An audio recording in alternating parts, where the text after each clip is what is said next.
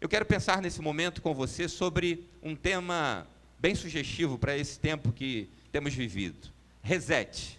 É tempo de recomeçar. Porque é exatamente isso que essa palavra significa. Entre outras definições, reset é desligar para ligar de novo e ligar bem, começar do zero.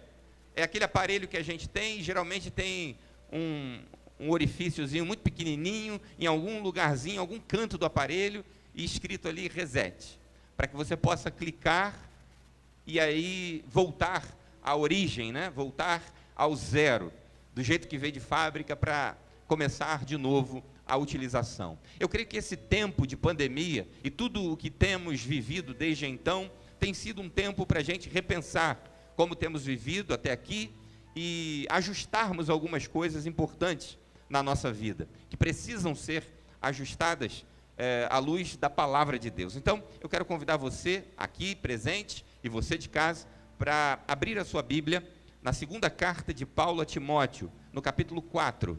Segunda carta de Paulo a Timóteo, no capítulo 4.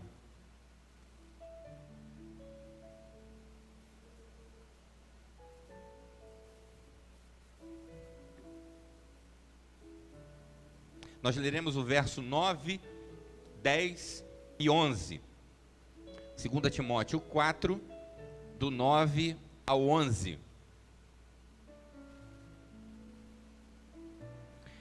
Diz assim a palavra do Senhor: procura vir ter comigo breve, pois Demas me abandonou, tendo amado o mundo presente, e foi para Tessalônica. Crescente para a Galácia, Tito para a Dalmácia. Só Lucas está comigo. Toma a Marcos e traze-o contigo, porque me é muito útil para o ministério. Até aí. Algumas situações foram impostas para a gente.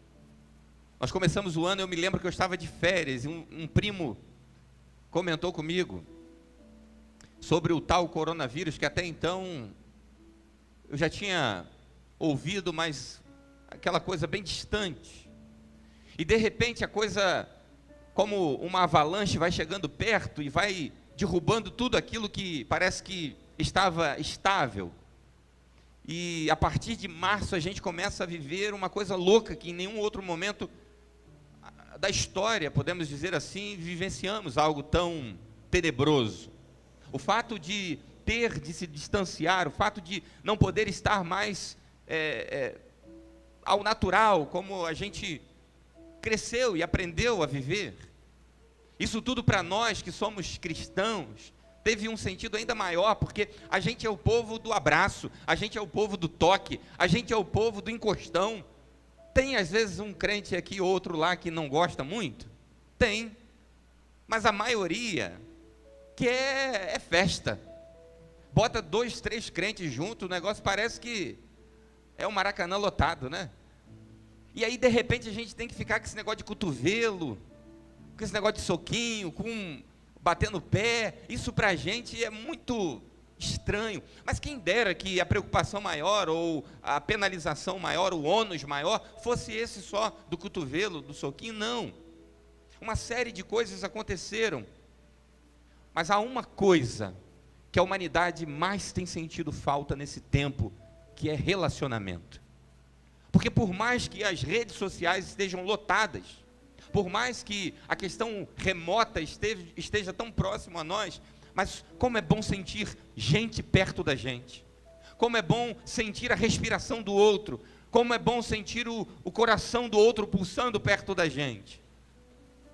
O que nós temos vivido aqui, e eu não sabia ali se chorava, se cantava, a nossa voz embarga, a gente ouve a voz da igreja aqui representada através de vocês que aqui estão, e eu creio que esse também seja o sentimento de cada um de vocês, e a gente fica assim numa mistura de sentimentos muito louca, que a gente não consegue nem dimensionar. Alegria, tristeza, saudosismo, tudo junto e misturado. Mas é interessante, queridos, porque essa questão do relacionamento, ela está inerente a nós. Ser humano precisa de outro ser humano. Ser humano, por mais que às vezes dá vontade da gente sumir, quem já não falou essa frase? Se eu pudesse, eu sumia. ia para uma ilha, né? A gente só quer ir para a ilha também, né? Convenhamos. Ninguém quer sumir e ir para uma pedreira, né? A gente quer ir para uma ilha paradisíaca, ficar lá tomando água de coco. Às vezes dá vontade, dá. Mas olha como é bom estar perto de gente, como é bom sentir gente perto da gente. Porque é isso que o cristianismo propõe para a gente. O cristianismo nunca propôs uma vida isolada, o cristianismo nunca propôs uma vida solo, mas gente com gente, gente se misturando a gente. É interessante porque Adão estava no mundo perfeito. Adão estava vivendo diante de um cenário magnífico. E de repente Deus olha, e a Bíblia declara que Deus diz que não é bom que o homem viva só. E aí a gente fica assim olhando para o texto, e é até um texto complicado, porque Deus não estava lá. Como é que Deus fala que Adão estava só? Deus estava lá. Eu creio que Deus aplica esse ensinamento a nós com sentido desejo, que a gente aprenda que a gente depende dele, mas a gente também depende do outro. A gente precisa do outro. A gente precisa dele, mas o outro é importante para nós, porque senão Deus olha e falta algo. E é por isso que, não menos distante disso, Jesus vai pregar dizendo que a gente ama a Deus amando ao outro, que a gente serve a Deus servindo ao outro, que a gente se relaciona com Deus se relacionando com o outro. Há um equívoco na ênfase até aqui, pelo menos o padrão de comportamento nos dias atuais, até o momento que antecedia a chegada de tudo que a gente tem vivenciado. A nossa realidade está na ênfase das realizações. A gente quer fazer, a gente quer realizar, quando na verdade a ênfase nunca deveria ter saído do relacionamento. Hoje as pessoas se preocupam muito e querem de imaginar e de desejar que a gente viva uma realidade diferente depois disso tudo, que a gente nesse processo aprenda e volte à origem do relacionamento muito mais do que as realizações. Se a gente olhar para 3 gerações, a geração do meu pai, a minha geração e a geração da minha filha, nós vamos encontrar um paralelo muito interessante. A geração do meu pai, dos nossos pais, era a geração do relacionamento. Não tinha Facebook, não tinha WhatsApp, não tinha Twitter, não tinha rede social nenhuma, não tinha internet, não tinha nada, não tinha telefone. Mas todo mundo falava com todo mundo conhecia todo mundo. Quem aqui já não foi pego pelo pai, pela mãe especificamente, muito mais a mãe fazia isso, e algumas até hoje fazem, de sair numa festa apresentando o filho a todas as mesas da festa. Esse aqui é meu filho, ele parece até que estava apresentando assim, sabe, uma autoridade, né? E aí, de repente, numa daquelas mesas, a mãe virava e dizia assim, esse aqui é seu tio, esse aqui é seu primo. Às vezes está na rua, e todo mundo conhecia todo mundo. Hoje, essa realidade já não é mais assim. Há parentes para nós que são estranhos. Há familiares nossos dos quais a gente não conhece. Essa é a nossa geração, uma geração, que abandona os relacionamentos, que está muito ligada ao fazer, ao operar, e a gente não tem tempo para nada. A gente só tem tempo quando alguém morre, e geralmente esse tempo é aberto na nossa agenda, a gente vai lá, e quando muito pode ir, a gente precisa ir rápido, porque logo na sequência, a gente tem que sair para continuar realizando, porque o relacionamento está cada vez mais distante de nós. Nós estamos dando sangue, dando a vida para dar aos nossos filhos o que nós não tivemos, para dar a educação que nós não tivemos, para dar o conforto que nós não tivemos, para fazer com que eles experimentem coisas que nós não experimentamos, e não há nada de errado nisso, mas o fato é que é perigoso quando a gente se envolve tanto no realizar, que se esquece de se relacionar, e a gente pode viver o drama do Steve Jobs, aquele camarada que foi o fundador da Apple, que no finalzinho da vida disse que os seus filhos o conheceriam não pelo relacionamento que tinham com ele, mas pela biografia dele a ser escrita depois da sua morte. Que coisa triste. Quando a gente não tem mais a possibilidade de se relacionar ao ponto de que as pessoas nos conheçam dentro da nossa própria casa. essa geração, a geração que está cada vez mais distante, cada vez mais preocupada em tantas coisas que de fato não fazem a mínima importância, porque basta uma pandemia para mostrar para a gente que tudo que a gente tem vale muito pouco diante de tudo que a gente está vivendo. Que o que importa mesmo, muitas vezes nos é tirado como que água escorrendo entre os dedos. E eu creio que Deus queira, nesse tempo, marcar essa geração, resetando-a, para que a gente possa começar diferente, para que a gente possa recomeçar de um jeito novo. E essa noite eu queria, à luz da palavra de Deus, repensar com você quão importante é a gente perceber as oportunidades de Deus para a nossa vida. E nesse texto de Paulo, aliás, Paulo, ele se destaca por essa característica, porque, segundo estudiosos, olhando para as cartas de Paulo, é possível garimpar que ele tenha se relacionado pelo menos com 100 pessoas. Paulo era um homem de relacionamento. E é interessante porque o evangelho, ele está ligado não às coisas, mas às pessoas. O evangelho não está ligado aqui às paredes desse templo, à câmera que está transmitindo esse culto. O evangelho está ligado a mim, a você que está aí do outro lado, a você que está aqui, a gente. Porque é por gente que Deus enviou o Filho amado, único, para morrer naquela cruz e salvar a todos nós. Aqui nesse texto é possível a gente fazer um raio-x dos nossos relacionamentos. E eu quero destacar aqui a primeira figura, a figura de Demas. Essa não é a primeira vez que Paulo vai citar esse homem. Paulo o cita em Colossenses. Se você for na carta de Filemão, também ele foi citado. A carta de Paulo a Timóteo, a segunda carta, é uma carta já no finalzinho da vida de Paulo. Um pouco antes dele ser condenado, dele ser decapitado. É interessante porque essa figura de Demas aparece, por exemplo, no livro de Filemão, na carta a Filemão, como alguém que coopera, alguém que era cooperador. Mas agora, ele termina aqui, porque sendo a carta a Timóteo a última, a segunda carta, ele termina como um desertor. É gente que não entende que melhor é o final das coisas do que o princípio delas, que começa muito bem, mas termina mal. Essa talvez seja a definição da história de Demas. Alguém que foi cooperador em algum momento, alguém que ajudou, mas alguém que foi um desertor no final, alguém que abandonou o navio, alguém que pulou fora do barco. Ele não entra para a história como um colaborador. E é interessante porque esse termo utilizado aí, abandonar, no original, ele traz uma ideia de decisão. Ele decidiu fazer isso, mas ao mesmo tempo a ideia também de algo gradativo, de um processo. A grande verdade é que tudo que acontece na nossa vida, ligado a rompimento de relacionamentos, geralmente, na sua ampla maioria, acontece de forma gradativa. Não acontece assim uma ruptura do nada. As coisas vão acontecendo, a gente vai abandonando, seja no relacionamento de um amigo. Quantos de nós já jurou amizade eterna a alguém que a gente não sabe nem para onde foi? Aquela turma da quinta série que você disse, olha, a gente vai fazer um pacto aqui, nunca vamos nos separar, a gente sempre vai se encontrar. E você dizia, eu não posso viver sem você.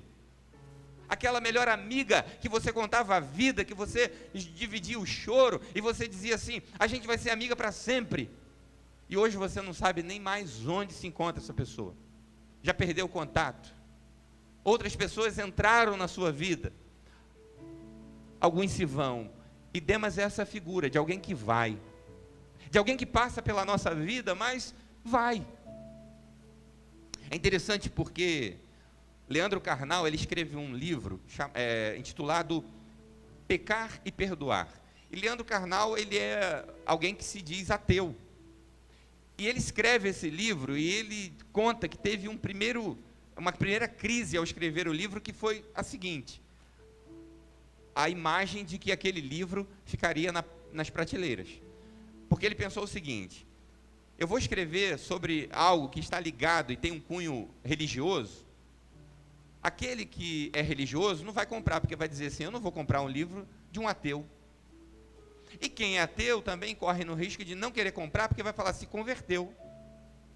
Mas o fato é que ele escreve esse livro. E ele vai dizer, entre outras coisas, citando a ruptura do relacionamento conjugal, que entre uma toalha molhada na cama e o divórcio, aliás, uma toalha molhada na cama, a irmã tinha que dar, era glória a Deus. Está tomando banho o marido, né? Pelo menos. Tem uns aí, minha irmã, de repente pode ser essa realidade sua aí na sua casa. O marido já não toma banho há tanto tempo, o negócio já está feio, né? Então você que pelo menos o marido está tomando banho e deixando a toalha na cama, já agradeça a Deus, pelo menos um problema, banho ele está tomando. Às vezes tem gente que está usando álcool em gel e máscara, tá bom, banho o Ministério da Saúde ainda não recomendou como sendo algo obrigatório, então deixa quieto. Mas o fato é que ele vai dizer que entre a toalha na cama molhada, a toalha molhada na cama e a audiência de divórcio, muitas micro-rupturas foram acontecendo até aquele momento. Muita coisa aconteceu. E é assim, as coisas vão acontecendo e gradativamente a gente vai se distanciando, abandonando, até o ponto que a gente não encontra mais o caminho de volta.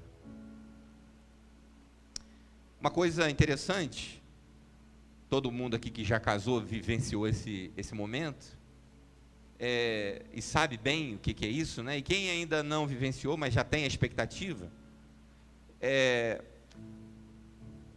dá para a gente tirar um ensinamento do quão nervoso, do quão ansioso a gente fica.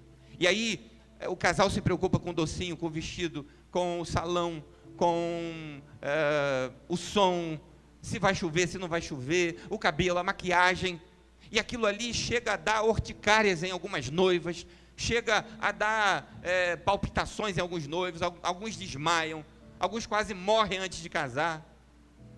E aí chega lá no momento, os noivos ali apreensivos, quase que não curtem nada do momento, porque estão tão nervosos, apreensivos, a família também, todo mundo descabelado. E aí depois de meia hora que termina a festa, aquilo já não tem mais sentido algum. As preocupações que moviam o coração já dissiparam. E o que fica às vezes é até o lamento de dizer, poxa, eu tinha que ter aproveitado, eu nem vi minha festa. Nem sei quem foi. Só sei que eu estou com a bochecha tão dolorida de tanto rir, para gente que eu não sei nem quem é. Porque é tanta gente, e aí a gente vive esses momentos, e assim como numa festa, num preparo do casamento, também a gente muitas vezes está imprimindo força em tantas coisas que são passageiras, e deixando de valorizar aquelas que são eternas. E a gente incorre no risco de ir, e já não fazer mais sentido na vida de alguém, ou alguém já não mais fazer sentido na nossa vida. A segunda figura que eu quero destacar desse texto, das três que eu separei, é Lucas. Há quem chega a dizer aqui que Paulo está reclamando de barriga cheia, porque afinal de contas, convenhamos, Paulo tinha um médico à disposição dele, Lucas estava lá, mas ele disse assim, todos me abandonaram, só Lucas que ficou. E aí, você, não sei, mas eu como sou menos espiritual do que Lucas, se fosse eu, talvez diria para Paulo, Paulo, só eu fiquei? Você tinha que estar dizendo, graças a Deus, que Alex ficou, mas você está dizendo, só Alex ficou? Então agora nem Alex, tchau, fui. Mas Lucas não, Lucas fica. E ele está dizendo, olha, só Lucas ficou. Sabe, queridos, a gente precisa valorizar quem fica. A gente precisa valorizar aqueles que estão ao nosso lado, aqueles que de fato vivem as crises, os lamentos e as vitórias da nossa vida, aqueles que se preocupam conosco a ponto de arrancar de nós um sorriso, uma gargalhada. A gente precisa valorizar enquanto a gente pode, enquanto essa pessoa está perto, e a gente precisa aprender nesse tempo que é de fato o tempo a maior benesse que nós recebemos do Senhor, porque sem tempo nem saúde adianta, sem tempo você não pode fazer nada, sem tempo, e quem não sabe quanto tempo tem, eu costumo dizer isso aqui, não é um pensamento meu, é amplamente divulgado por alguns escritores, mas quem não sabe quanto tempo tem, pouco tempo tem para viver, né? Porque a gente não sabe quando vai ser o momento da nossa partida. Então a gente precisa valorizar quem está do nosso lado, quem fica. Imagina você, alguém que está trabalhando 12 horas por dia, que sai todo dia cedo, chega tarde, a família quase não vê, e aí de repente a família já está lá pelos topos, e aí o camarada que está lá buscando ascensão no emprego, mas ele diz assim, essa semana eu vou dar um refresco. E ele diz para a família, olha, sábado eu não faço nada, o sábado é de vocês, a gente vai sair, a gente vai passear, a gente vai para a praia, a gente vai aproveitar. E aí na sexta-feira à noite, no final do expediente, entra o chefe, faz um elogio àquele funcionário e diz assim, olha, amanhã a gente marcou um futebolzinho com a galera aqui do trabalho, e eu queria muito que você fosse. Eu quero perguntar a você, nessa situação, a quem você decepcionaria? Sabe a resposta? Sincera? Quase sempre a gente decepciona quem menos merece ser decepcionado. Porque a gente acaba esquecendo de valorizar quem fica, quem realmente está e que permanece. Alguém que caminha com a gente e sabe de uma coisa, quem fica é muito pouco. Quem de fato fica é um númerozinho assim. Jesus mesmo chamou 12, depois os 12 transformaram em 70, depois uma grande multidão, mas na hora que a coisa apertou para o lado de Jesus, quando ele estava lá na cruz, quem estava lá com ele? João e um grupo de mulheres.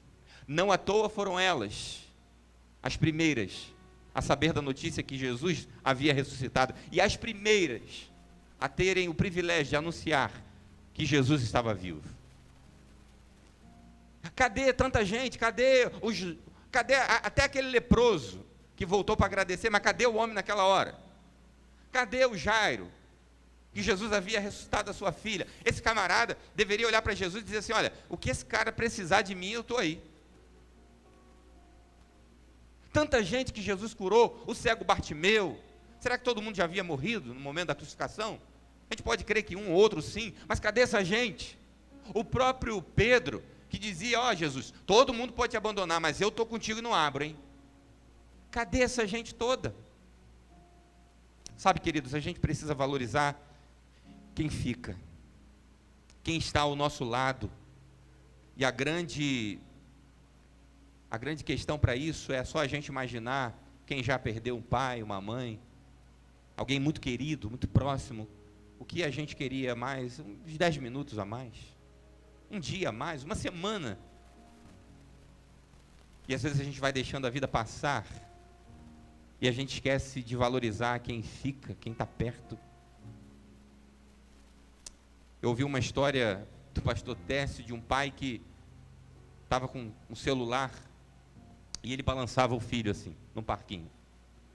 E ele aqui falando no celular, sim, não, tal, e possivelmente com alguém do trabalho. E ele disse assim, olha, a cena foi indescritível. Porque de repente o garoto saiu do balanço e o pai, que estava balançando, não viu. Ele tão concentrado no celular, e ele ali ficou no balanço puro, balançando. E ele brinca dizendo, quem passou ali deve ter... Ou esse camarada está com algum comprometimento mental, ou ele é de alguma religião que crê em espíritos, alguma coisa do tipo. Porque você imagina a cena, um camarada ao celular, balançando um balanço vazio.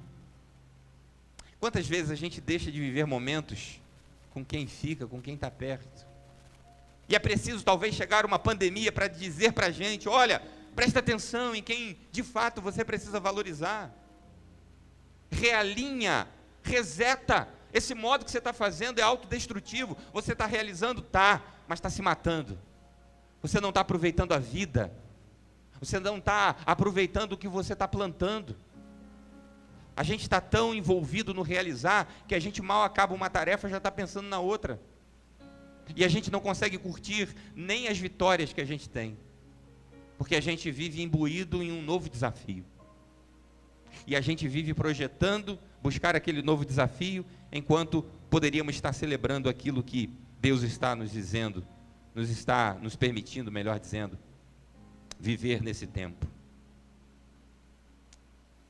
E eu quero encerrar essa palavra chamando a atenção para uma terceira figura.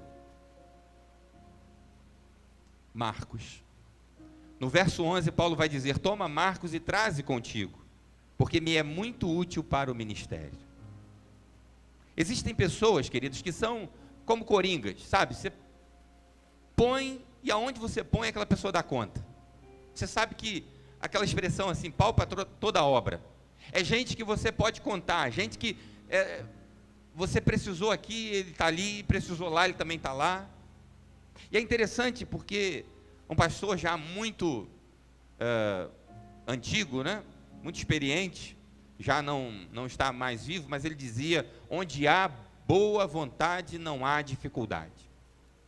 Alguém que está pronto para ajudar, alguém que está pronto para colaborar, alguém que está sempre pronto a estar junto e fazer algo para abençoar a nossa vida.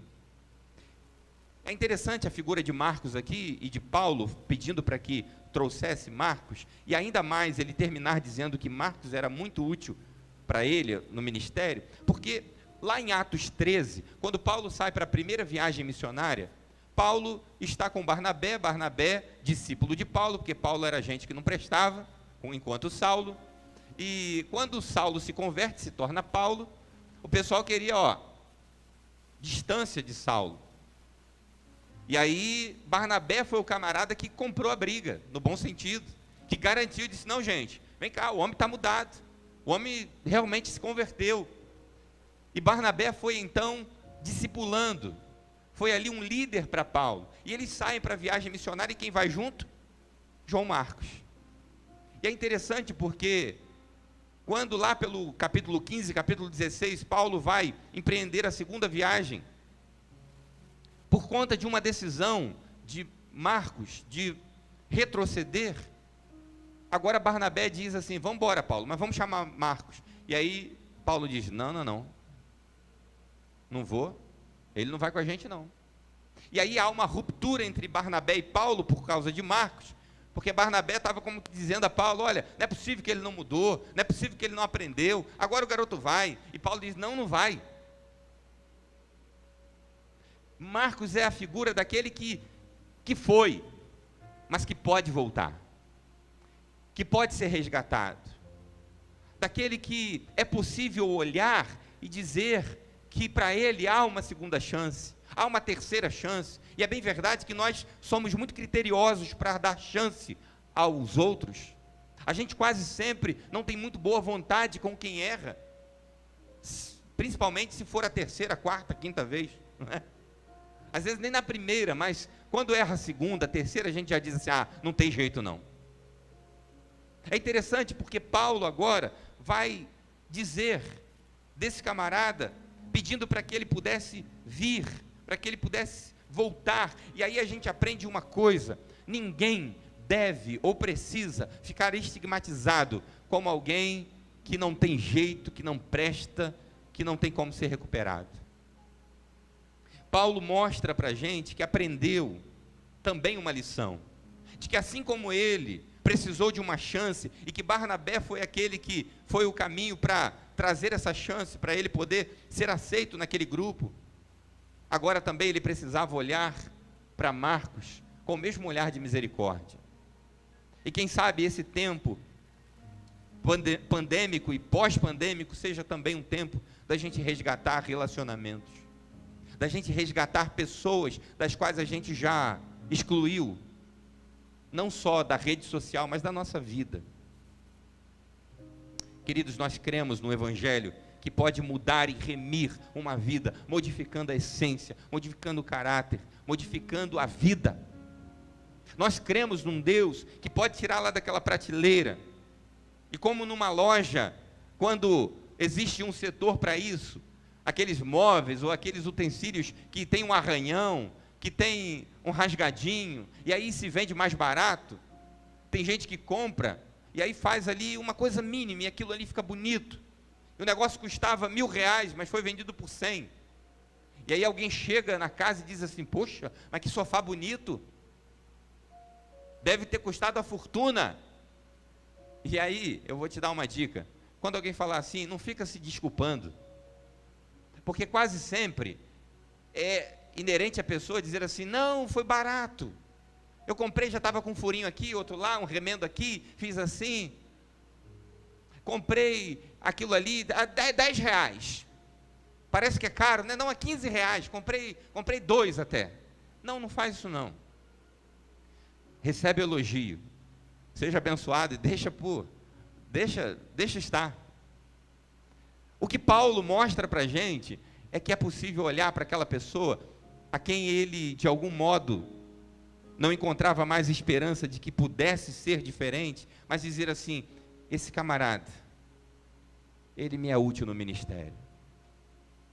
E a gente reestruturar um relacionamento, a gente ter a capacidade de olhar para alguém e dizer assim: essa pessoa merece uma outra chance. Que a gente possa entender aqueles que se vão, que a gente possa também receber aqueles que chegam, como Lucas, e que permanecem, mas também que a gente possa estar atento e aberto àqueles que de repente já se foram, mas que podem voltar, que podem ser resgatados, porque nenhum de nós é descartável. E nós temos percebido isso a cada tempo, a cada minuto, a cada dia, do quão importante é isso daqui, de como a gente vai sair daqui hoje, muito mais do que em outro momento, em outro culto, não porque esse culto aqui seja mais poderoso do que o último, não é nada disso, mas por causa das circunstâncias, por causa das experiências. Esse momento aqui significa muito, para nós, para aqueles que estão em casa, mas eu digo para nós aqui, de viver esse momento juntos, da gente poder dar uma boa noite na entrada, desse lugar comum a todos nós, desse lugar onde a gente se sente em casa, e o outro também, porque é a casa de todos nós, porque é o lugar comum a todos nós, um lugar onde a gente vem para se juntar e proclamar o nome do Rei dos Reis, do Senhor dos Senhores, aquele que nos sustenta, aquele que não perde o controle nem na pandemia, mas que segura firme nas nossas mãos e diz: meu filho, quando tudo isso passar, você vai estar mais perto de mim e eu de você. Você será mais meu e eu mais seu Senhor. Me traga Marcos, porque me é muito útil no ministério. Nunca duvide do poder de Deus em restaurar uma vida. E eu quero encerrar aqui citando o Salmo de número 118, que vai nos dizer assim: quem é como o Senhor nosso Deus, que habita nas alturas, o qual se inclina para ver o que está nos céus e na terra, levanta o pobre do pó, e do monturo levanta o necessitado, para o fazer assentar com os príncipes, mesmo com os príncipes do seu povo.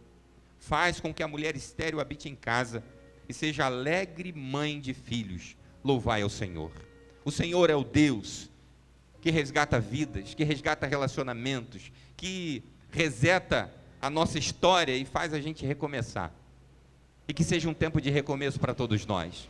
Que seja um tempo onde a gente possa valorizar ainda mais os relacionamentos. E a gente queira ser alguém que, assim como Lucas, fique na vida, que marque, que seja alguém que se estabeleça na vida de alguém, de outro alguém, para que seja uma bênção, para que seja a voz de Deus, para que seja o ânimo de Deus na vida daquela pessoa.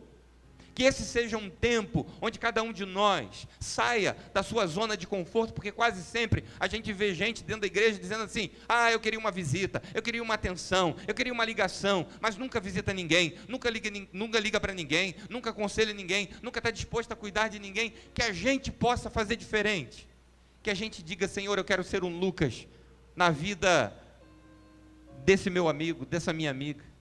Assim como Lucas foi para Paulo, eu quero ser na vida dessa pessoa. Então, Senhor, unge a minha boca, unge os meus lábios, unge as minhas mãos, e por onde eu passar, que eu possa ser um instrumento da tua vontade, um instrumento do teu querer, e que eu seja alguém que fique marcado na vida de pessoas, não como alguém que desertou, não como alguém que desistiu, mas alguém que permaneceu, alguém firme, e alguém também que resgate vidas, que de repente estejam já nas prateleiras da sucata, achando que não tem mais jeito.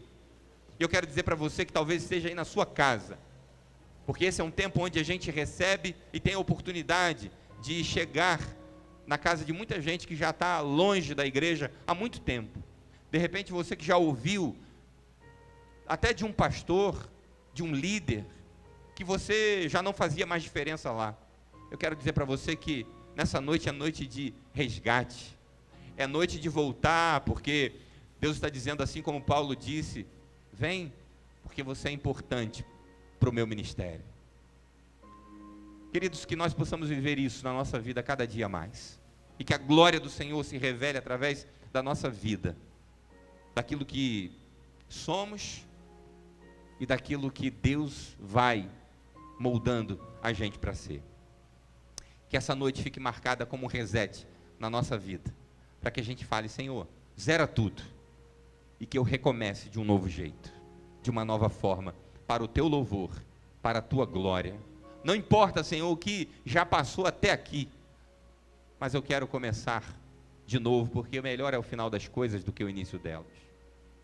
E aí a gente fica assim, será como que vai acontecer? A gente, povo de Deus, a gente tem sempre uma palavra de esperança.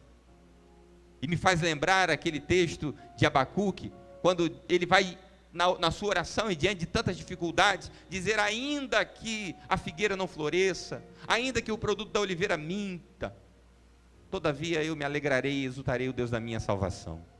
Queridos, a gente não sabe o que vai dar, a gente espera e proclama e deseja e ministra que a gente logo logo esteja aqui, todos nós reunidos e louvando ao Senhor.